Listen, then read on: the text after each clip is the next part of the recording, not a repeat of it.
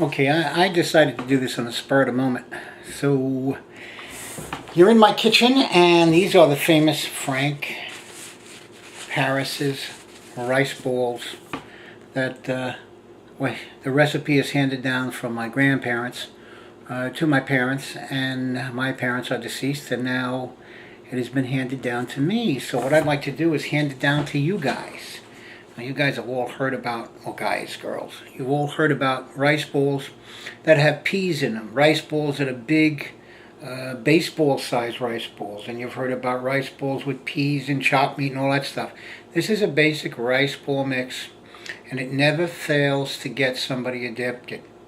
Okay, and what we do is we add 6 eggs to 3 cups of rice, which is going to make about 30 meatball-sized rice balls. So if you've ever wanted to make your own rice balls, and if you like this recipe after using it once, I would suggest that you go for it. And I guarantee you, if you do it correctly, you will have a following. You will have people knocking on your door and neighbors knocking on your door when they hear that you're making rice balls for some kind of an occasion. Now, I have to warn you, it is going to be messy, what you're about to see.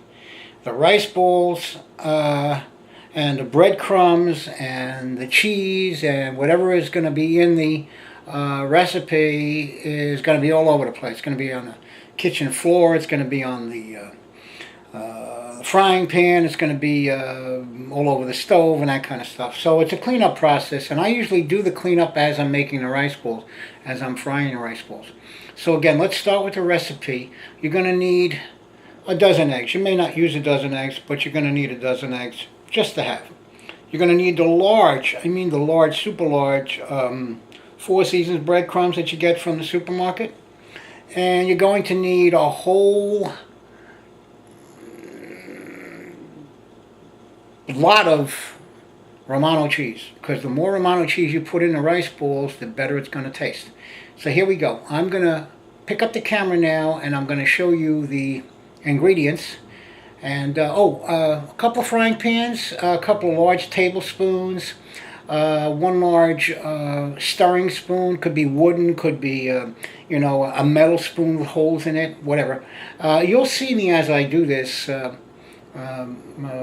recipe. You'll see how the equipment is lying around, and you'll see what I'm going to be using. And good luck, because I'm making these for my magic club, which I'm going to see tonight. I'm a magician, and I'm going to surprise my magic club. It's my turn up to bring the food, so our magic club out here in Long Island, we're going to be doing magic, and we're going to be eating rice balls. So that being said, let's get started.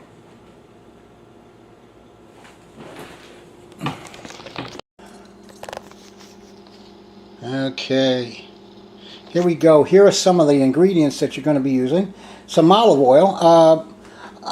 I don't have Bertolli oil because Bertolli oil is very expensive, and being a magician, I don't make a lot of money.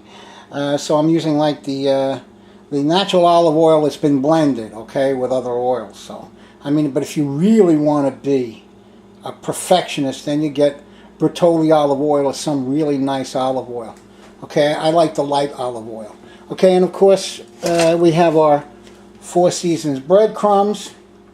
Okay, great. Now, here is the mixture for the rice balls. I'm kind of working my way from the middle backwards for a second or two. The mixture for the rice balls consists of the rice, obviously, and an egg mixture, which was cooked, which was mixed or mixed with Romano cheese and salt in a bowl, a large bowl, which is what I did. Okay, so let's talk about the rice for a second. We boil 3 cups of rice with 6 eggs to get the 30 meatball size rice balls. Okay, now if you want to make more, then you would use, say, a dozen eggs and 6 cups of rice, and that would give you like 60 meatball size rice balls. if you're going to use this, you know, for a party or something or that kind of thing, you usually want to use it as an hors d'oeuvre. So I wouldn't make them bigger than meatball size. And the only thing that's going into the mixture, okay, for the rice balls is going to be the beat up eggs, and probably somewhere in the neighborhood of about a bag of Romano cheese, like you get it in, you know, in BJ's or in the supermarket. Okay, just pour the whole bag into 6 eggs and mix it all up till it's like nougaty, like a thick, not a paste, but, you know, just short of a paste. And then you mix it in with the boiled, drained rice. And, very important, don't use anything but Carolina rice, because Carolina rice sticks, and you'll be able to take the rice balls out of the pot after the mixture is in them and make them into little balls and then put the breadcrumbs on them. Okay, so there we go. And here is where we're going to put the breadcrumbs that we're going to use to bread the rice ball mixture. Okay, so I'm going to just pause this and put some breadcrumbs over there so you can see it. Okay, now there's my breadcrumbs. Everybody can see my breadcrumbs all ready to go. Now you're going to be running through breadcrumbs because this is not enough breadcrumbs for all of this rice mixture to make the rice balls. And this is a pretty big pot. I'm not sure what size it is, but it's pretty big. Not restaurant size big, but I would say, oh God, I don't know, 2-gallon, 3-gallon pot. I'm not even sure, but you know, it's a big size pot, and it cooked my 6 cups of rice, which you can see has been mixed with the rice ball mixture. Now what you're going to do here is you're going to take your mixture of eggs, your 6 eggs to 3 cups of rice, and in this particular case I used 6 cups of rice to the mixture, and I made a dozen eggs in the dozen eggs. I used a dozen eggs in 6 cups of rice, so I would make double. I'd make about 60 rice balls. Okay, and I mixed the eggs all up in a bowl, and then I poured in the bag of Romano cheese into the egg mixture, and then I put a tablespoon or 2 tablespoons of salt. The combination of the Romano cheese and the 2 tablespoons or 1 tablespoon of salt is what's going to get your rice ball fanatics. Okay, that's how they get gotten. Okay, so here's the mixture all poured into the drained rice and mixed up with a spoon, like you can see. Okay, oh, one other thing. When you're draining the rice in the strainer, pour cold water over the rice in the strainer, okay, to get out some of the starch, because that's going to help a lot in not making it taste mushy. Okay, they'll still taste the rice in the rice ball if you don't have the starch in it, or else it's going to take like a mushy paste. And boil your rice about 20 minutes, no more. I mean, even a little bit less would be good if you want your rice al dente. Okay, one other adventurous thing you can do, which I haven't done in a long time, is you can cut up little cubes of provolone cheese, or Sicilian salami cubes, or mozzarella cubes, or whatever, and as you're making the rice balls, you just stick one little tiny cube inside of it, maybe the size of a small Las Vegas dice, you know, something really small inside of it, so there's a little surprise in the rice ball when they go to eat it, and it'll really taste super. But that's being adventurous, and that takes a little bit more time. And the rice balls are time consuming as it is, so I just, for the purposes of this recipe, I just want to make it a little easy for you guys to see. So there we go, and now we come over to the stove, and you'll see that I have 2 frying pans working here with about 1 inch, maybe a little less, of olive oil in each frying pan. Okay, and I'm going to make my rice balls into little tiny meatballs size rice balls, and then I'm going to bread them over the breadcrumb mixture, the 4 Seasons breadcrumb mixture, and then I'm going to use those 2 spoons over there. I'm going to put the rice ball on one of those spoons, and then I'm going to just lay it gently into the frying pan. Okay, when this one's filled up, I'll fill that one. Okay?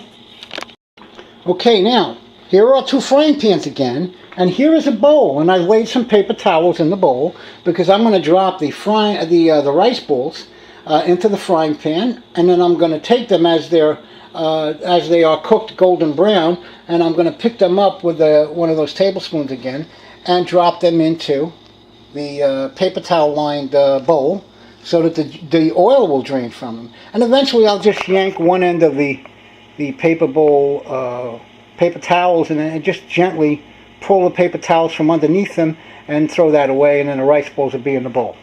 Okay, so there we go. And at this next point, at this segment of it, I'm going to start making the rice balls so you guys can see how the rice balls are made in my fancy schmancy, well, this is not such a fancy schmancy kitchen, but you'll see how they're made. Now you can see it's a production. Okay, you got the oil on the right, you've got the strainer in the sink where I drained all the rice. There's the rice, which is, again, in this particular case, it's a dozen eggs to 6 cups of rice, okay, as opposed to the regular, for just one family of, say, 4, where you have 4 people in the family, so you would make 6 eggs and 3 cups of rice, which would make 30 rice balls. And of course, again, we have our breadcrumbs and our 2 frying pans and our bowl, okay, all set up. Okay, there's more, but I'm going to start making the rice balls, and I'll tell you as I proceed. Alright, here we go. I think I'm recording. Yeah, I'm recording. Okay, so here we go. We're going to start this process. The oil is hot, and everybody can see what I'm doing here. Here is the rice balls and the breadcrumbs and the 2 frying pans and of course the bowl. Okay, so we're ready. So we're going to grab a bunch, oh, make sure your hands are clean. Grab a bunch of rice, okay, throw some breadcrumbs on it. You can see that I'm throwing the breadcrumbs on it. Make it into like a meatball-sized ball. Remember, the smaller you make them, the more you'll have. And then just put it on a spoon like so, and just drop it in the frying pan. Once you hear that noise, that means that the oil is hot. Okay, so we're going to just continue to do this until we have the frying pan filled up. And here we go. Oops, that one broke. Pick it up again. Alright, you can, if you want, after you've run the cold water on the rice, after you drain the rice in the strainer, you can leave it set for a while because it might still be hot. And because the hot rice, even with the mixture and the stickiness of Carolina rice, may still break. In my family, we have what's called casualties. Those are the rice balls that break apart in the frying pan. I call them casualties. Those are the ones I eat first. So, I'm hoping not to have too many today, but you never know. And here we go. We're getting these things in here. Your hands get kind of full of the rice and the mixture after a while, and it starts sticking to the rice ball as you take it and stick it in a frying pan. Okay. Now, I'm going to start turning some of these over because the oil is hot, and I kind of made it too high, so these are kind of cooked already. Just going to turn them over, a few of them. And normally we will not cook this fast if you have them on a low flame, but as I said, for the purposes of the video, I wanted to get or expedite a couple of these rice balls so you could see how golden brown they get, and then how I put them in into the bowl lined with the paper towels. Now you'll notice my hands are full of the rice mixture. Okay, so once I fill up a frying pan, what I'll do is I'll just take my hands, come over to the sink, and just rub them and get off some of the mixture without actually washing my hands, although maybe I will wash them a little bit. Okay, you got some paper towels here. Dry my hands off. Not a great job because I'm going to go right back to making more rice balls. Okay, but the mixture getting stuck on your hands does impede the rice balls being made. So you want to keep your hands pliable for making the rice balls. Now, this bunch that I put in here is really golden brown. Okay, using 2 spoons mostly, I will turn over the rice balls also. Okay, now that the flame is lower, okay, they're cooking slower, which is what I wanted to do as we progressed with making some of these things. And I only wanted to show you the golden brown part of it in the beginning, so I raised the temperature a little bit underneath the frying pan. So you can see that I'm just gently dropping the rice balls. I'm making them meatball sized. See, there's a rice ball, if you can see it. Let me come closer with the camera so you can see what it looks like. It's about meatball sized. And then I'm going to come back and I'm just going to drop some 4 Seasons breadcrumbs on with my hand and just turn it in my hand. And then just pick it up with a spoon, gently, and drop it into the frying pan gently. Okay, and go back for some more. I think I'll get the other frying pan going here for a second. We'll get a couple going in this one. Now everybody asks me, well, what kind of frying pan do you use? Well, I'm kind of getting away from Teflon. I don't know, I just have this paranoia about Teflon being not good for you. You know, and I haven't met a Teflon pan yet that doesn't wear out and flake. I don't care what brand you get. I don't care what chef invented it. The problem is these things, oh, there we got our first casualty. So when you get a casualty, just let it cook. Don't try to take it out. That's the one you're going to eat. That's the one you're going to chow down on first. Okay, and I usually put those in a separate bowl. Okay, you just see now my hands are dirty again. I'm going to come over and rub them in the sink. And I'll get a paper towel here and just make the flame lower underneath this one also, because that's a little high. And you're going to find that you've touched the stove, you've touched handles on your cabinets and whatever. There's going to be rice ball mixture all over the place. So my suggestion is get everything out and prepared first. This way you don't have to go back and get anything else. And make sure you have plenty of breadcrumbs, plenty of Romano cheese, the right size pot, paper towels, a bowl to put everything in, and enough olive oil. Because once you start, you're not going to want to stop and go to a supermarket to buy something that you didn't think you needed or you didn't have enough of. Okay? So here we are, turning over the rice balls. Okay. These are low, they're on a low flame now. So I'm just going to leave these alone. Let me just see if I've got one to show you. And here we go. Here's our first rice ball. I'm going to bring it over. This is a little light, okay, on one side. Let me show you the other side. I have to go back to do this. Okay, I'm just going to turn it over. Okay, and here we go. This side is golden brown. You can see it. And that's what you're shooting for. You're shooting to get it that color. Okay, that nice golden brown. Okay? And we'll take it and we'll stick it in our paper towel bowl, paper towel line bowl, and we'll look for our next one. Again, take it out, put it in our paper towel bowl. And we've got a third one here, which is also cooked, and lay it in the paper towel line bowl. Okay, like I said, you can make a lot of these things. Now what I do is I get a dish out for the casualties or a bowl out for the casualties. Okay, sometimes the casualties taste sometimes the casualties are numerous, sometimes they're not. This is kind of a casualty because you see, it's kind of broken up over here. It's not a perfect ball. And usually I just put that down on the side somewhere. And I'm going to eat that later. So, there you go. That's how we make our rice balls. I'm trying to think, is there anything else I can tell you? Just thinking here. Usually I fill up the frying pan, and of course I turn them over with 2 spoons.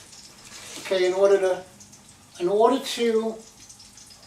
turn over the rice balls, you use 2 spoons. Usually what I do is I push the rice ball up against the side, okay, and it'll automatically turn over. But if I've got rice ball in the middle, I have to use 2 spoons. I'll wedge my 2 spoons underneath and I'll gently turn them over. These are not cooked yet, so I really can't do that. But with the ones on the side, I just flip them. I just push up against the, I know you guys can't see this, but I push up against the side of the frying pan and turn them over. Okay, here are my hands. This is what my hands look like when I'm cooking this stuff. Okay, I got a couple of fingers missing. Compliments of the war of Vietnam War, but doesn't stop me from cooking. That's it. That's all there is to it. I shouldn't say that's all there is to it. That's all there is to it in order to make them. The problem is they are a mess. They make a mess. But they taste delicious. And you will have, like I said, rice bowl fans are coming out of your ears. Romano cheese, salt, and Romano cheese make the rice bowl. Okay, now some people are salt intolerant and too much salt in Romano cheese, so some people just cook the rice, all right, and let people put their own salt on it. You know, they don't put any salt in the rice. And the Romano cheese, well, you need the Romano cheese and there's salt in that, so there you go. You may not want to put salt on them. Now, one last thing, it's going to sound weird, but a lot of people, when they buy the rice balls in the supermarket, or they buy them from the deli or wherever they buy them, and they're big balls with peas and chopped meat and stuff inside of them, they cook them. You know, they put them in the microwave to make them hot. I like my rice balls cool. I don't know what it is. I think the first rice bowl I ever tasted was was warm and it was okay, but when it was cold out of the refrigerator, I loved them. I don't know what it is. I mean, like I like cold pizza. Try it both ways. Try a cold rice bowl that you put in the refrigerator. Try a nice hot one, because we know we're all gonna like the hot ones, but not everybody's gonna like the cold rice bowls. So that's basically it. That's my rice bowl mixture and my rice bowl recipe. Let me just try to recap.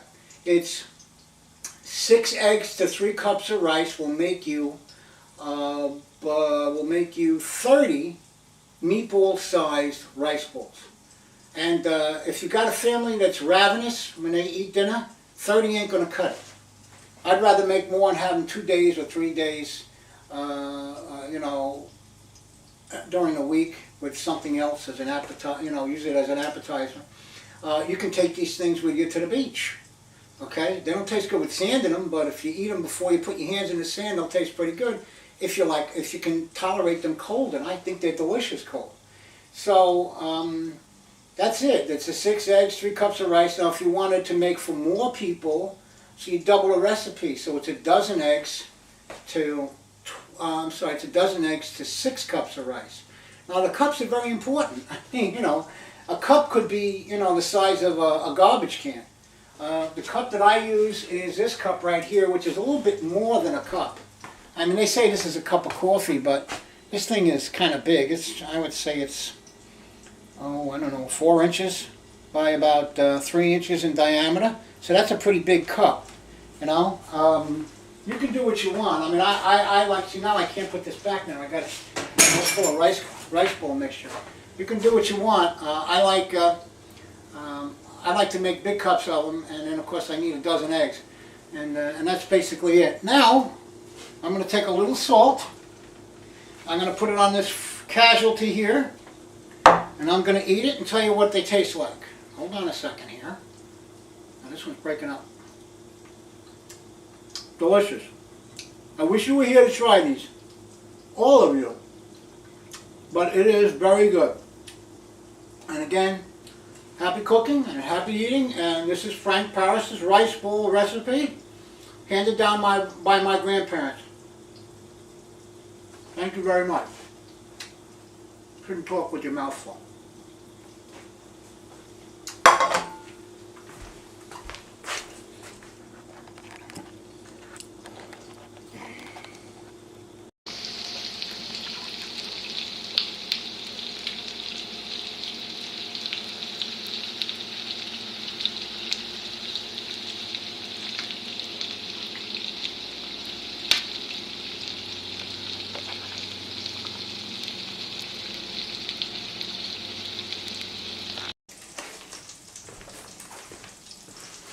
Okay, I like to call this my tips section. I left this out of the original video, which I just taped a few minutes ago. But my tip section has to do with jumping oil. Okay, when you're cooking, okay, the frying pan, and you're putting the rice balls in the let me just move this back here. This is take two. A couple of tips, which I didn't put in the original video a few minutes ago. Jumping oil. You'll get jumping oil and it'll hit you in the face and it's hot and it hurts. So how to avoid that? Well, get you one of these.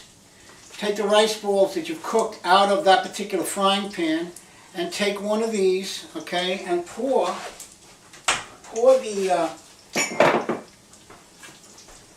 the oil through a strainer into a cup, and you can use the oil again. And then just with a paper towel, take out the breadcrumbs and the rice that's popping. Okay, that'll help a little. Okay, the other thing is, if you have a second strainer and your rice and your Four Seasons breadcrumbs have gotten kind of all lumpy and stuff, you still got breadcrumbs there. So take the breadcrumbs and strain them through another strainer, okay, onto a separate aluminum foil sheet, okay, which is what I'm using here. This is aluminum foil. That's what the breadcrumbs are resting on when I make the rice balls. So those are my two extra tips. You know, these things are going to happen, believe me. I've gotten burned, you know, oil jumping up on my face and everything.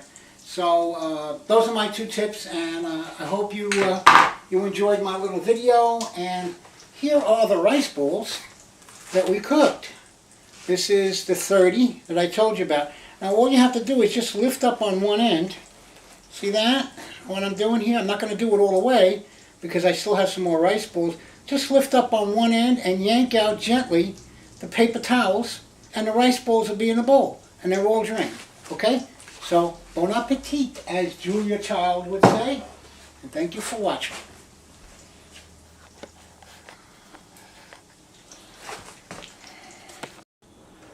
Please note, this is what your kitchen is going to look like after you finish making the rice balls. Notice the mess on the stove, the oil in the stainless steel, and of course the floor. The floor is really messed up. So if you are willing to clean up after your mess, then go ahead and make your rice balls.